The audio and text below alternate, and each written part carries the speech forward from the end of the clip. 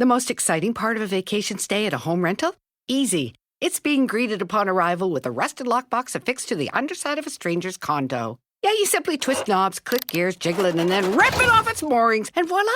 Your prize is a key to a questionable home rental and maybe tetanus.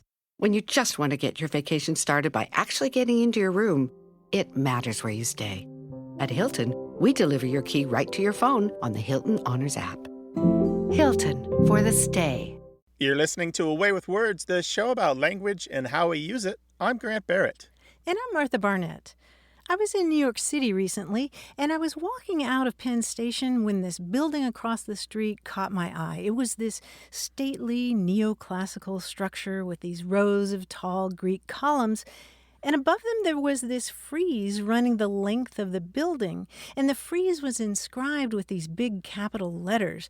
But what they spelled out gave me a little jolt. I don't know, it was just so grand. I expected to see Latin, but the inscription said, "Neither snow, nor rain, nor heat, nor gloom of night stays these couriers from the swift completion of their appointed rounds." And of course, Grant, you know what building that is. That's the Green Lantern headquarters.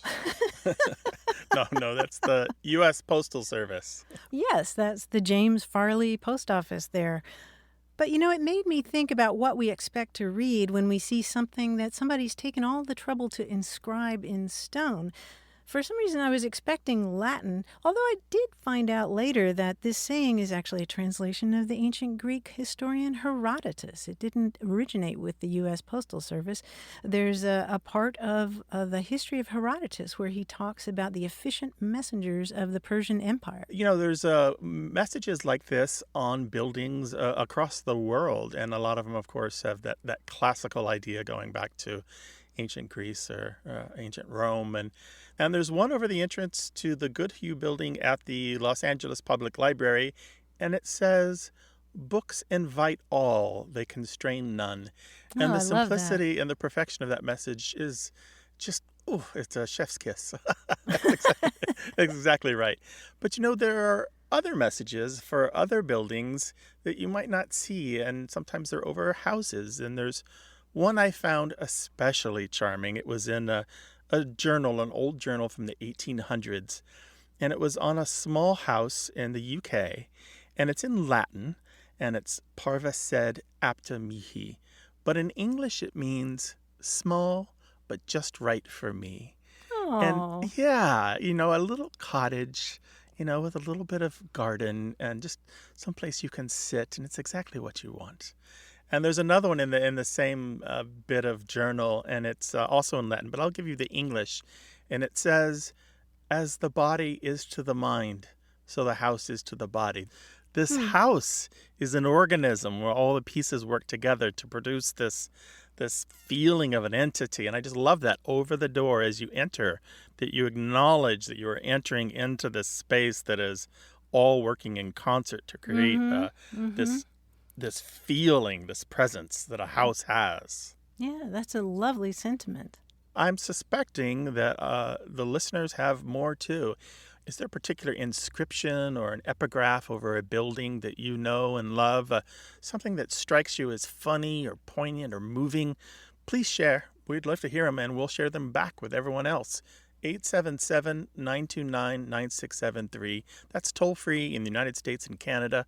Email us, words@waywordradio.org, or talk to us on Twitter. Our handle is @wayword, WAYWORD. Hello, you have a Way with Words. Hi, Grant. My name's Kelly Goddard. I'm calling from Tallahassee, Florida. Hello, Kelly. Welcome to the show. I'm calling about, it's kind of a game, but it's also, I guess, an exclamation that my grandmother, it passed down from my grandmother. She played it with her siblings when she was younger, and then as an adult. And it's only played around the holidays, specifically Christmas, and it's called Christmas Gift. It's kind of like almost like a tag game. So it's like the first person to say Christmas gift is the winner, but you don't really win anything except for bragging rights. Just bragging rights. Yeah, that's kind of how we play it. And so for us, it's always just been like, who can say Christmas gift first? But I was just really curious. I never knew anybody as I was growing up. I never knew anyone else that played that game. But then my daughter, she's now a senior in high school, but when she was in middle school, she had a friend whose family played Christmas Gift. And they were like, I've never, ever heard of another family that did this. And so it just got me thinking where it came from. And I was curious. How does it work? Okay, for instance, if we are, let's just say, after Thanksgiving, game on. Okay. And if the phone rings and you think it might be, I mean, nowadays it's super easy with caller ID, but before in caller ID, I remember my grandmother would just answer the phone, Christmas gift. So no one could get her. Like it gets more competitive towards Christmas. And then the ultimate winner is Christmas Day. Like whoever says Christmas gift on Christmas Day, you are the ultimate winner. So you get one chance the whole season to say Christmas gift to the other person first, and then that's it? Well, no. Every time you see them, it's like, I got you. Oh, okay. Gotcha. You try to sneak up on people, like you really quietly arrive to the house. That's ridiculous. It really is ridiculous. That sounds fun, though. There's no gift. There's no prize. No prize. Oh, just bragging but other rights. people have played it that way. Well, yeah, I'm fascinated that your family plays it for so long because the tradition I'm familiar with is you just say it on Christmas Day or maybe Christmas Eve.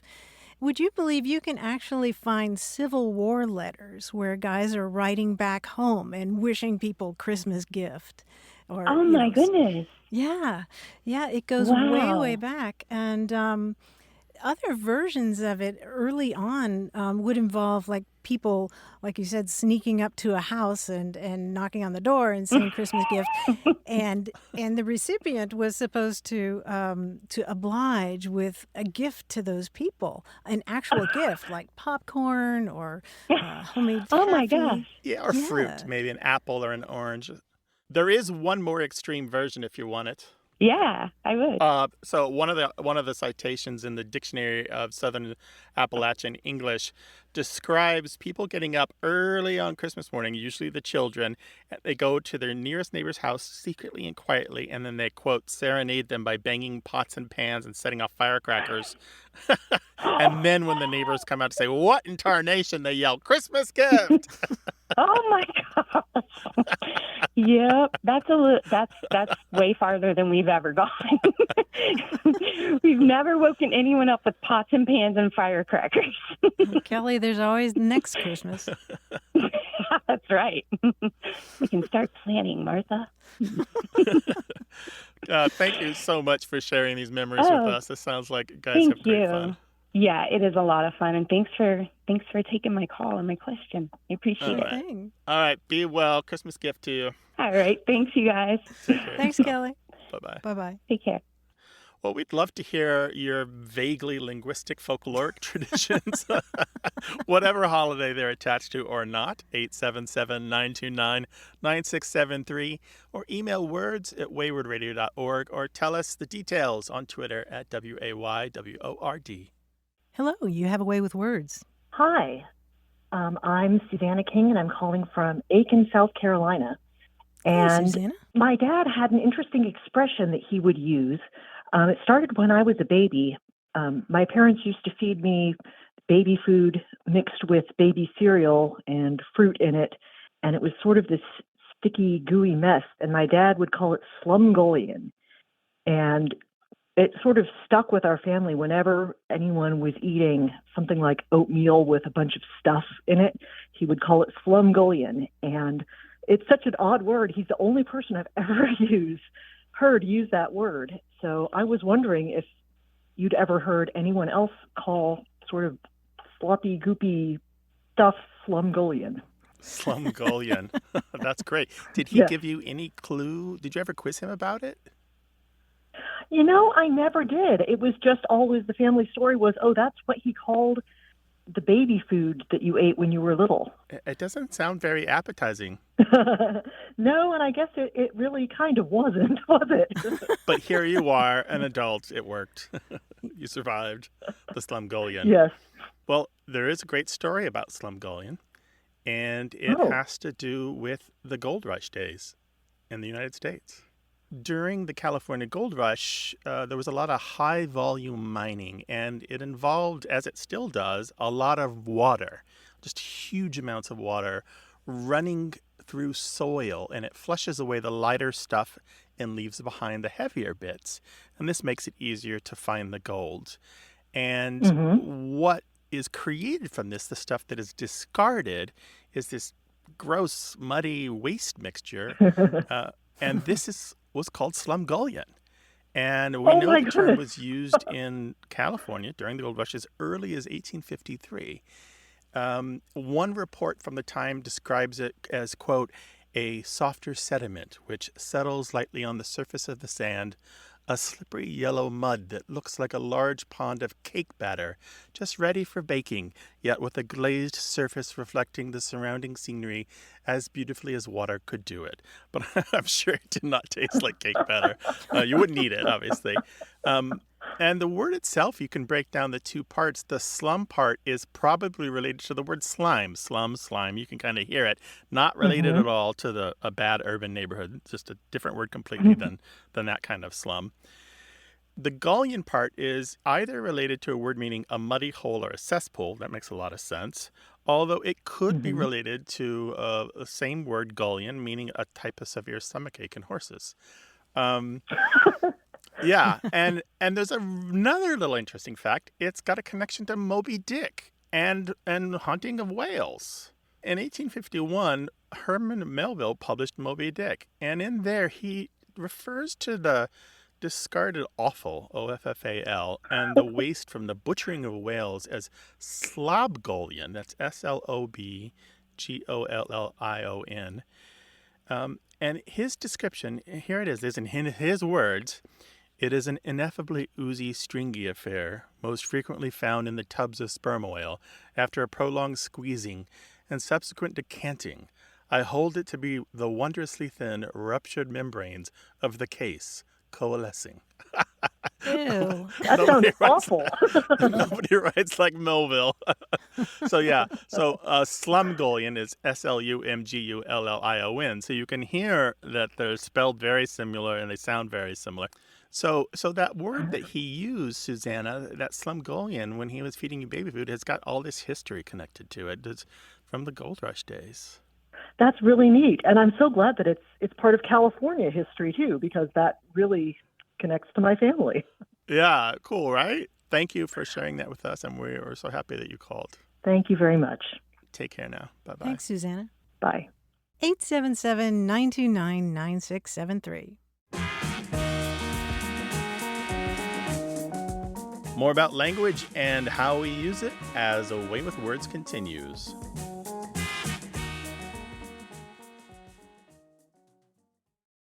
Facebook is taking action to keep its platform safe. In the last 6 years, Facebook spent over $16 billion, enough to build 7 pro stadiums, all to help create safer connections. Learn more about the work ahead at facebook.com/action. You're listening to A Way with Words, the show about language and how we use it. I'm Martha Barnett. And I'm Grant Barrett, and we're joined by John Chinesky, who has a gleam in his eye and joy in his voice. He's our quiz guy. Hi, John. Hi, Grant. Hi, Martha. I've got a puzzle, a quiz in my hands as well. So let's get started. Now, this quiz came from an idea by my friend, puzzle constructor David Ellis Dickerson. His challenge was to find a 2-word title, which, when the 2 words are switched, they still make a pretty good title. Now, we're going to work with books and movies today. I'll describe for you a new work based on the new title, and I'll give you the original title's author, maybe the director. You identify the new title and, of course, the original title.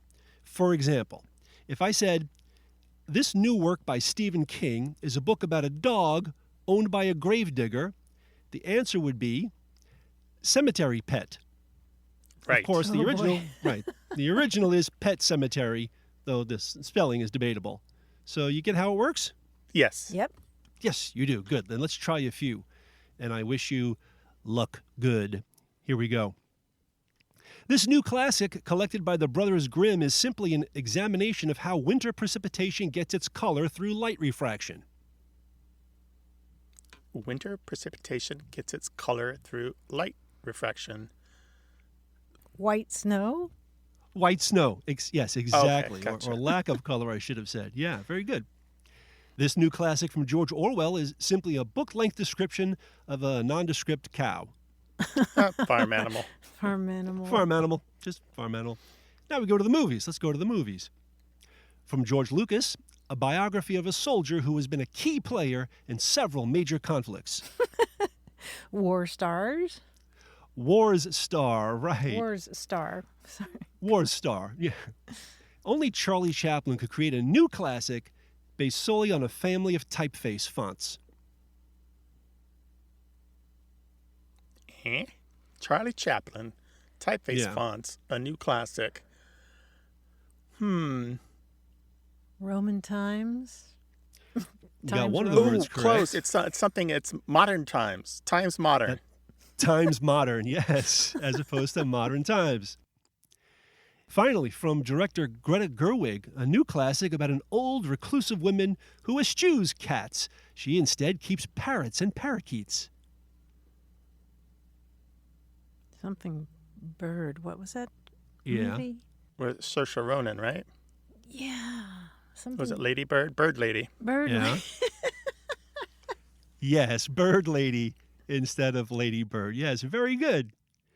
Well, guys, done well and well done. They both mean the same thing, and you did very, very well in that quiz. Good job. Give our best to the family. Will do. Thanks You too. so much, Bye-bye. John. Bye-bye. We'd love to talk with you, too, about any aspect of language whatsoever. Slang, word origins, grammar. Give us a call, 877-929-9673, or send your questions and stories about language to words@waywardradio.org. Hello, you have a way with words.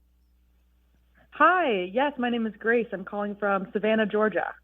Hey, Grace, welcome. Hi, Grace. What's on your mind? Hi, yes, I am in school down here for industrial design, and I'm learning a 3D modeling software where we learn to prototype and 3D print objects.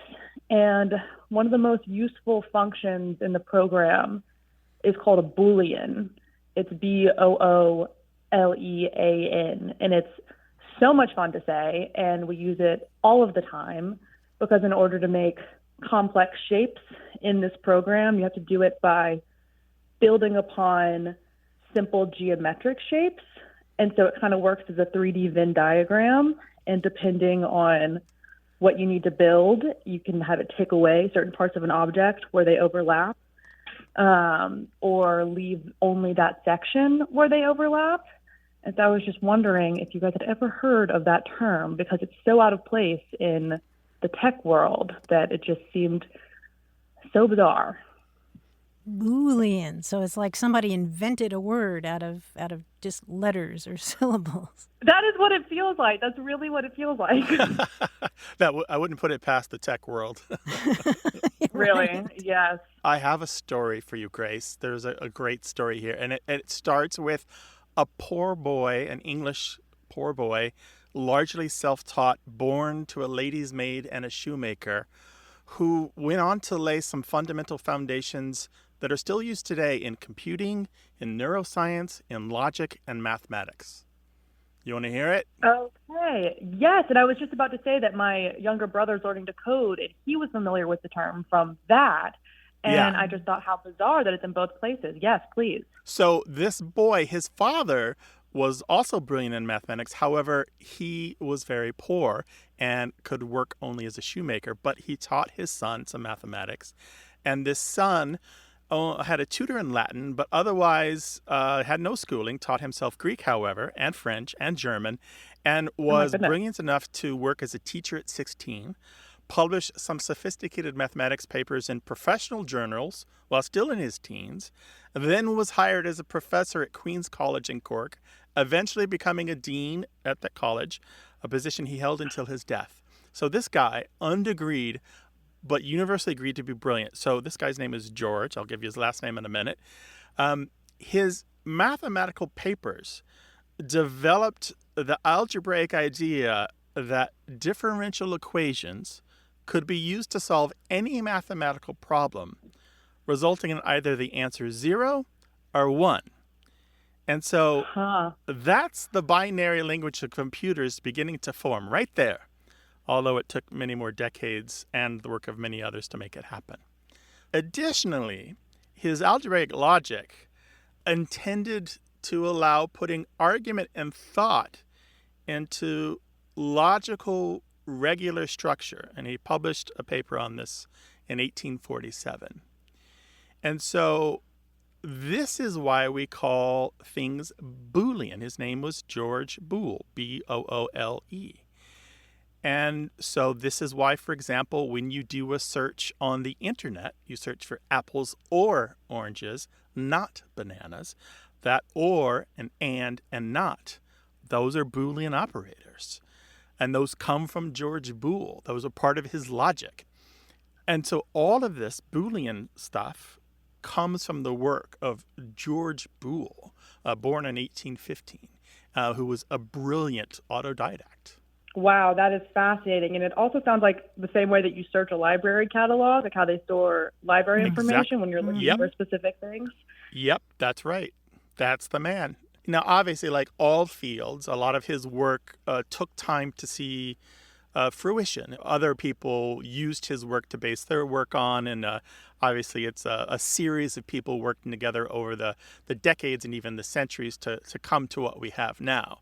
But it's fundamental, and his name being attached to this as Boolean is a credit to his original foundational work that he did. There's a reason his name is attached to it, because it was so important. Wow, that is amazing. Yeah. Alrighty, I will definitely have to look him up. I really appreciate you guys taking my call. That's amazing information. Thanks for calling, Grace. And good luck with your work. Bye-bye. Thank you. Bye. Alrighty, bye-bye. Toll free in the U.S. and Canada, 877-929-9673.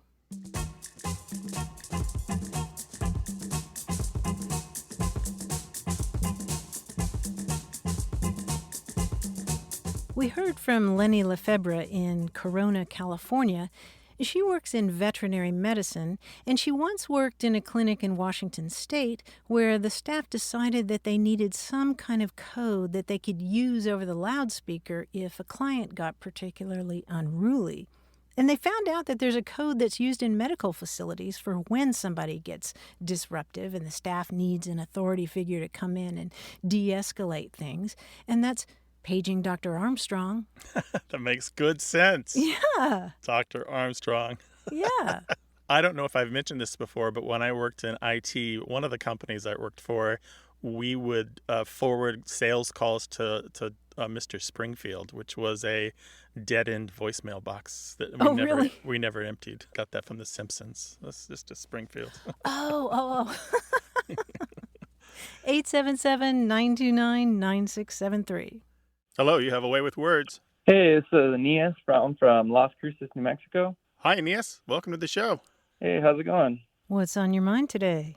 Yeah, so my word is Rinktums, and it's a tradition in our family on my mom's side that so we use this term Rinktums whenever someone gets a new haircut, and if we see them walk into the room and we say Rinktums before they say no Rinktums, then we get to ball our fists and run our knuckles up the back of their head. Yeah, but if they say no Rinktums first, then they cancel that out. Ouch. Oh boy. So Rinktums and Noogies is what this sounds like. Rinktums, like Rinktums? Rinktums? I would spell it Rinctums, but obviously the K is there as well. Like it could go both ways. I've talked to other family members and they spell it with the K. Oh, so it's more than just your immediate family. It's your broader family? Yeah, so my whole, all my uncles and cousins on my mom's side. And it's mostly done in the males of the family, but of course you can do it to females, but you don't, because we want to do it sometimes to hurt the other person. That totally is a dude thing. And so is this just in New Mexico or outside the state? Just in New Mexico, but it started originally in New Mexico. Well, Aeneas, this sounds painful. How do you feel about rinktums? I like it because, I like it whenever I'm able to do it to my cousins or my brother or my dad. So, but obviously I haven't got a haircut in about 4 years probably because of that. Lots of long-haired people in your family, Aeneas, huh? Oh, yeah. Yep. Yeah. So it's like getting noogies. Yeah, it's basically like a noogie, but you run it so you ball up your fist and run the knuckles up the back of the neck up to the top of the head. Mm-hmm. So it's just like one swift motion. Mm-hmm. And I've asked around, I've never heard, no one else has heard of it outside of my immediate family, like my mom's side of the family. Well, you'll be interested to know that this tradition goes way back to at least the early part of the 20th century. There's a really funny article that ran on the Associated Press wires back in 1921, and it was talking about the newest fad at the University of Texas. And they called the fad rinktums and scrapings. And let me just read a little bit of this article to you. You will appreciate this.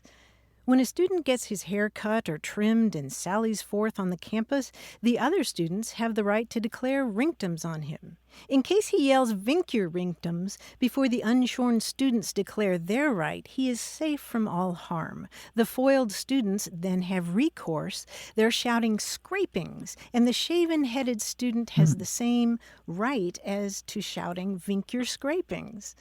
Rinktums consist of a heated rub with the knuckles on that part of the cranium that is more fully exposed on account of the recent hair trimming. It's a common sight on the university campus to see a student walking about with a fresh haircut and shouting, "Vink your rinktums" and "Vink your scrapings" at every cluster of student he sees. So this is like a Pokemon battle, really. Yeah. They use the reverse card. Yeah. So wait a second here. So basically what's happening is I've gotten a haircut. Others have the right to declare rinktums on me, but I can yell "Vink your rinktums" to stop the knuckle attack, but they can yell "scrapings" to stop my stopping, or I can yell "Vink your scrapings" to stop their stopping of my stopping, and I can yell "Vink your rinktums" and "Vink your scrapings" to stop all the stopping and make sure nobody knuckles my head. Well said. Yeah, or like Aeneas, you can say no rinktums.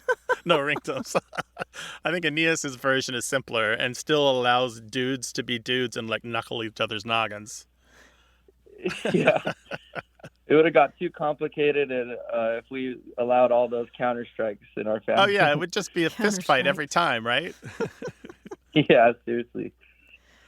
Yeah, that's crazy because my grandpa actually went to the University of Texas, and he's the one that started it, or that we can trace it back to in my mom's side of the family. So maybe that's where he got it from. Oh, interesting. How about that? I'd be interested to find out when he went there. That lasted for a while. It showed up. So what was that date, Martha? 1921. Yeah, it lasted into the 1920s at the University of Texas, and who knows how much further. Yeah, I think that should be about the time my grandpa was over in that area as well. Well, how about that? Well, Aeneas, thank you so much for sharing this family story with us. It's we appreciate it. More widespread than you might think. Take care, dude. Bye-bye. Bye-bye. All right, bye. 877-929-9673. Email words@waywordradio.org or talk to us on Twitter at WAYWORD. Welcome to Away with Words. Oh, hello. Hi there. This is Julie. Hi. I'm calling from northern Michigan. Years ago, when I was married to my first husband, my mother-in-law, who was a wonderfully high-spirited woman with family roots in Texas and New Mexico, would often say, when encountering a mess or evidence of rambunctiousness, or just rambunctious behavior in general, that someone was tearing up Jake. And so, if our children had made a mess while playing, she'd explain that the room looked like someone was tearing up Jake in here, or if her grandkids were playing wildly, they were just out there tearing up Jake. Tearing up Jake. The usual name is Jack instead of Jake. There are a lot of variations, too. Turn up Jack, tear up Jack, kick up Jack, cut up Jack. And believe it or not, this goes back to the 1700s and possibly earlier. Oh. There's a card game called All Fours where turning over a jack, the card just above a 10 and below a queen, scores points. And this card game, which was sometimes played for money, was played all throughout North America and Europe and from the 1600s forward. And versions of it are still played. It's very popular in Trinidad. It goes by other names and has variations. In the U.S., 7-Up is a version of it. And there's an expression where people would say that somebody who was willing to play this game against the devil and turn up jack, meaning they didn't care about the consequences of winning the game or doing well at the game, even if they were playing the devil. So they would play the devil and turn up jack. That's as I understand it. Interesting. Which would mean that you were scoring big and you were going to take everybody's money at the table, you and your partner, because it's a partner game. So it started with turn up jack because you're literally turning over the card, which is the jack. So over the years, that verb changed. And so turn up jack became tore up jack or tear up jack, and raise up jack and cut up jack and kick up jack, and it just changed. And the general idea went from playing kind of risky game against the devil to just being rambunctious or being rowdy. Yes. And so now when you hear it, usually in the American South, it's just really about just being usually used for kids or small animals. So just as you used it. Right. Yeah. Making a just mess. kind of not behaving well. Very interesting. Well, a little fact that you might find interesting is that game, All Fours, is where we get the word jack for that card in a deck of cards, the one after the 10 and before the queen. It used to be called the knave. Okay. Yeah. Okay, yes. Yep, the knave. So in the 1600s, that word jack migrated from this game, All Fours, to just the rest of the deck and the rest of the card games in general. So, Julie, your family is part of a great long tradition of tearing up Jake or Jack. It certainly is, and that would quite aptly describe this youngest cat that I have that tears up Jake around the house all the time. Yeah, they do, don't they? They get the zoomies and go from room to room. They do. I will pass that information along on that family saying. All Excellent. right. Well, take care, Julie. Thank you for chatting with us. Thank you. Take care. Bye-bye. Bye-bye. You will. Bye-bye. Call is still free in the United States and Canada 24 hours a day, 877-929-9673. You can send us email to words@waywardradio.org, and you can find many other ways to reach the show at waywardradio.org/contact. You're listening to Away with Words, the show about language and how we use it. I'm Grant Barrett. And I'm Martha Barnett.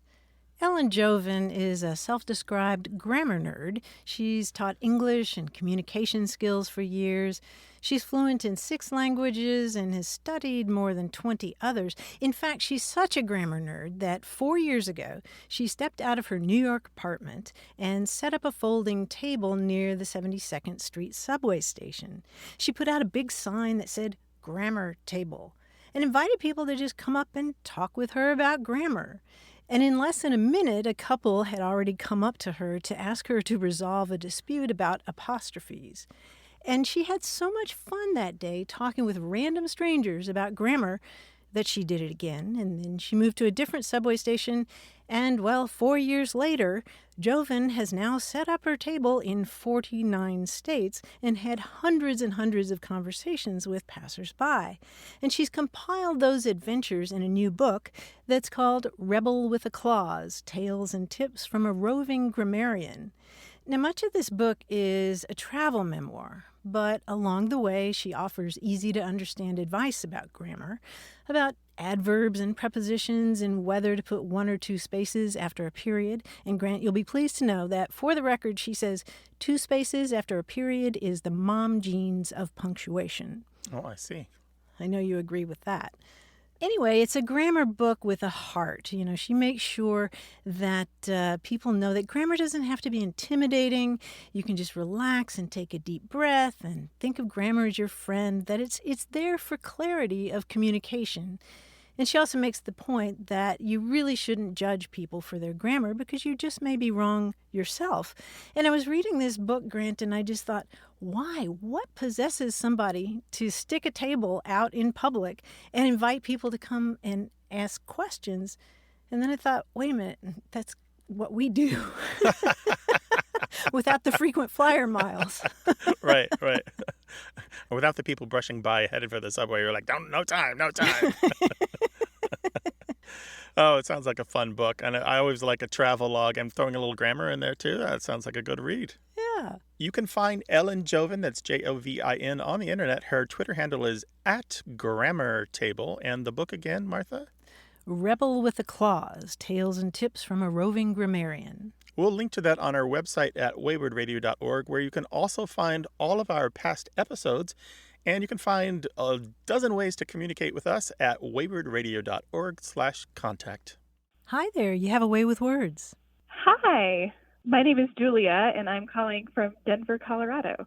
Welcome to the show, Julia. What can we do for you today? So I have a question, kind of a spooky question, about comb graves. My parents and I were vacationing in central Tennessee, and we discovered that there's a really unique type of grave in that region, and they're called comb graves, C-O-M-B. And we were so curious what the origin of that name was. Comb graves, how did you come across them?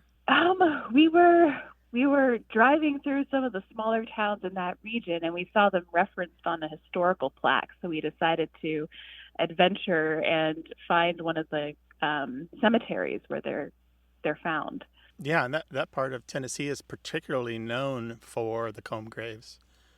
So describe them for us if you can. What do they look like? Yeah, so they're also referred to as tent graves, which makes a little bit more sense because they're kind of pitched like a tent, like a little triangle over like the actual grave itself.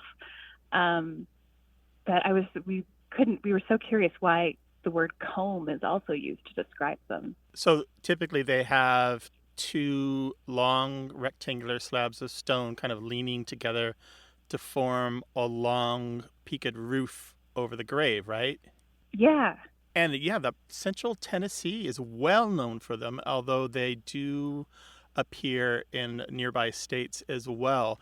So this word comb, C-O-M-B, here is an American dialect word, and it does refer to that ridge of the roof where there's two long slabs come together. And that and other meanings of comb all descend from the rooster's comb. You know, that red thing that sticks up on the top of the head?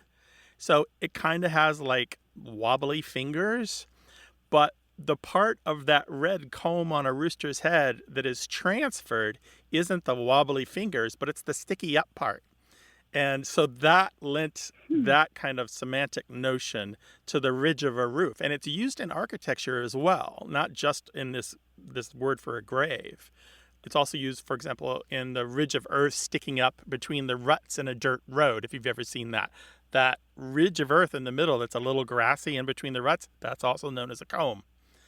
That's pretty interesting, I think, that the comb comes from the rooster's comb. Fascinating. So it's like making a little house for eternity. I mean, I've seen versions of house graves in Alaska where they're much more elaborate than that. They actually look like little houses. The roof shape has to do with suggesting a home. Well, there's a fellow by the name of Dr. Richard C. Finch who's done a great deal of work on comb graves, and I have read a couple of his papers on this, and he doesn't know, and others don't know quite why folks started doing it. The earliest appear in around the 1820s, but it suggested it's perhaps more practical than that. It's just to keep the weather and critters off the graves. Just kind of a real basic notion. By the way, you can read his papers and see tons of pictures of comb graves on his website at greatrutabaga.com. That's GRATERUTABAGA.com. His paper, The Tennessee Comb Grave Tradition, is fascinating and very readable to people of all academic levels. Wow, I'm going to have to look that up. Yeah, that's Dr. Richard C. Finch. Yeah, and we'll link to that on our website as well. So hope that helps, Julia. I'm kind of jealous. I would love to travel through Central Tennessee, visiting small towns. I'm sure they're fascinating. Well, I highly recommend it. They were really cool to see in person. Well, Julia, we appreciate your call. All right, take care now. Be well. Yeah, thank you so much. Sure thing. Bye. Bye-bye. Well, if there's a word or phrase that's puzzling you, we'd love to talk with you about it. So call us, 877-929-9673, or send us an email. The address is words@waywardradio.org, or hit us up on Twitter. We're @Wayward.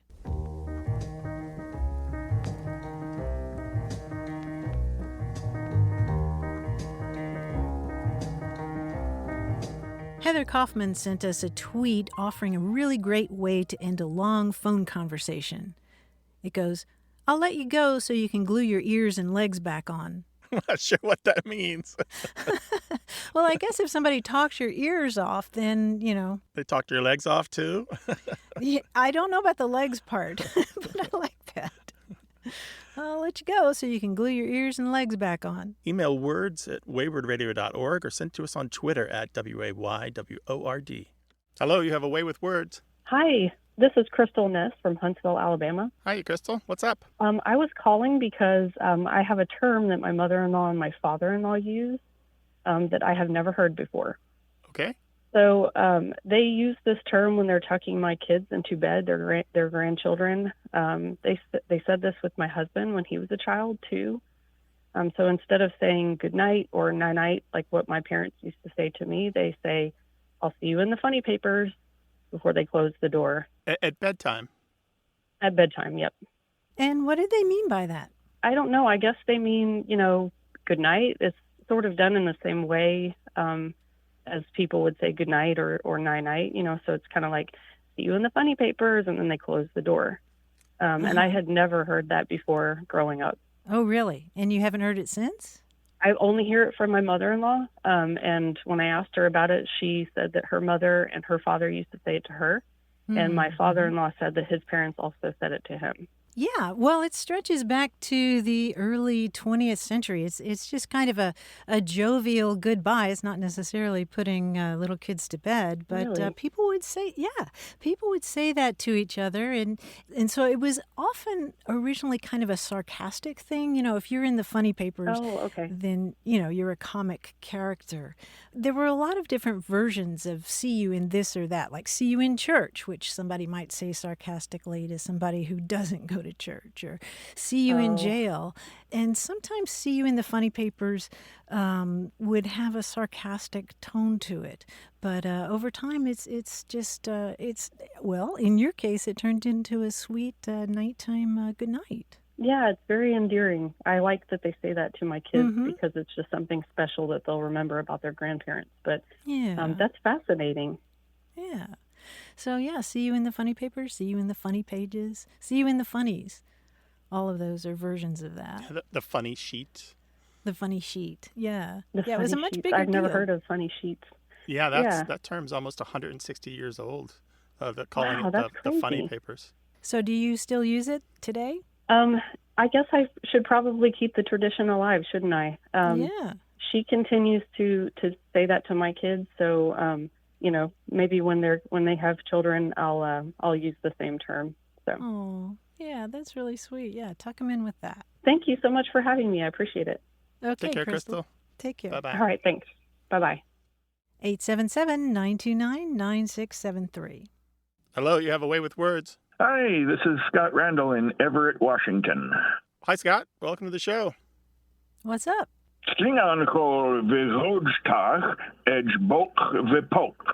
I am learning the Klingon language and I require assistance. At the age of 61, I find myself having real trouble getting the new vocabulary into my long-term memory.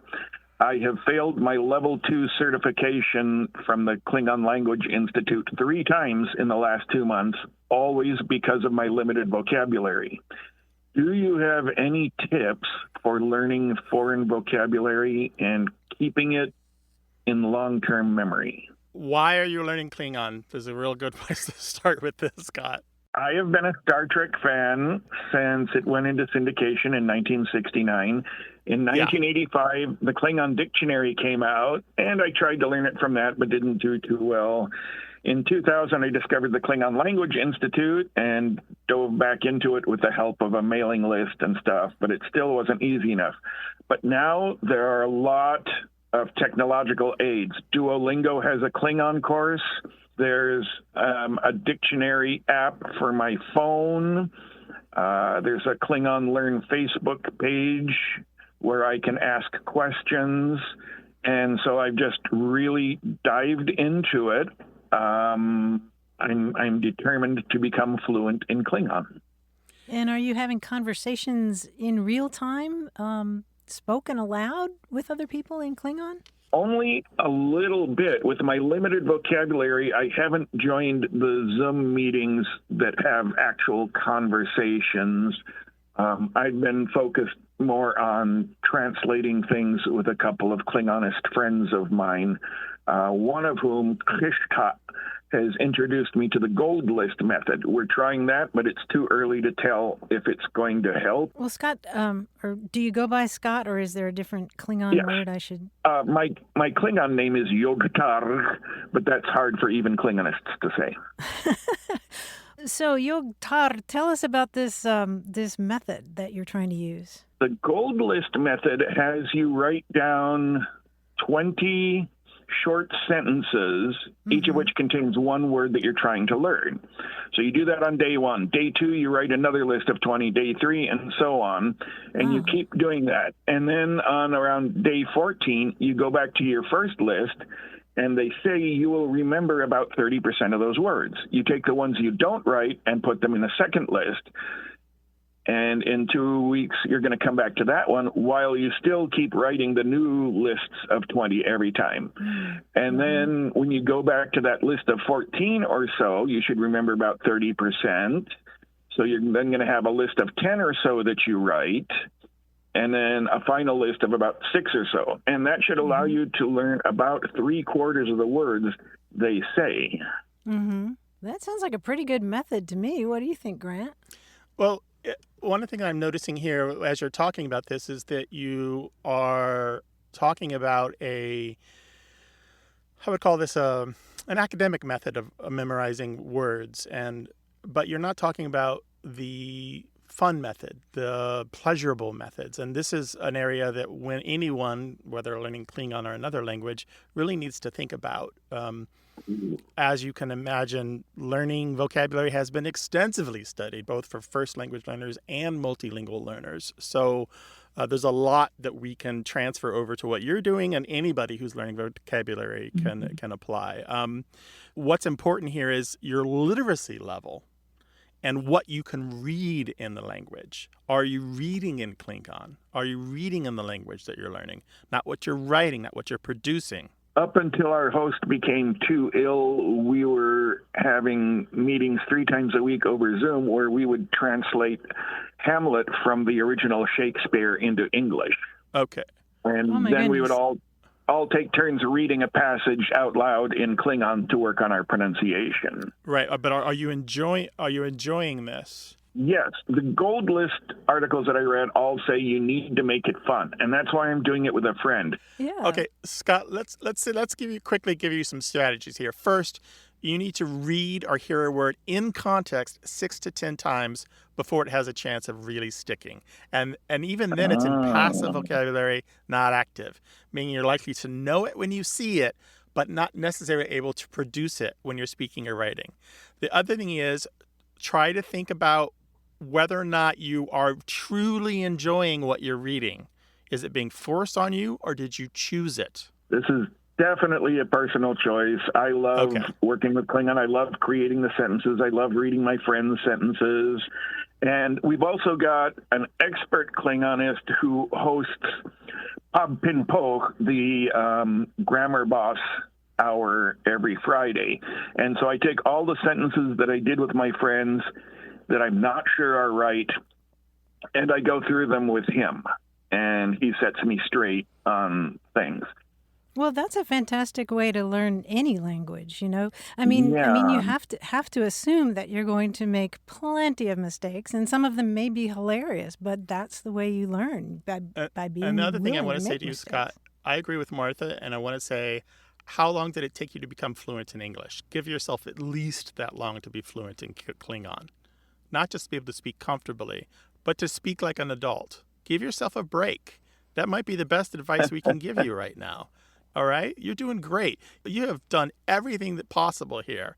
It sounds fantastic. What a program you've created for yourself. Thank you very much. Okay. And if I can leave you with just one thought, that would be that's the most accurate translation of "you have a way with words."